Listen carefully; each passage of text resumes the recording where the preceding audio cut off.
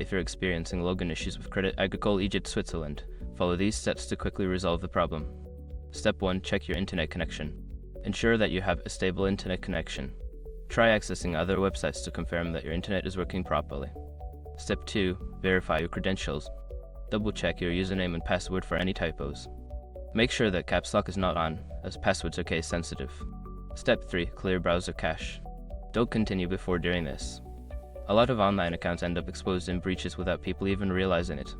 Use SROC to constantly monitor your email and accounts and get alerted immediately if your information gets leaked online. It scans billions of breach records 24/7 in the background. And honestly, for a few dollars a month, it's something everybody should probably have. Link in the description. Step 4. Try a different browser or device. If the problem persists, attempt to log in using a different web browser or device. Sometimes, browser compatibility issues can affect access.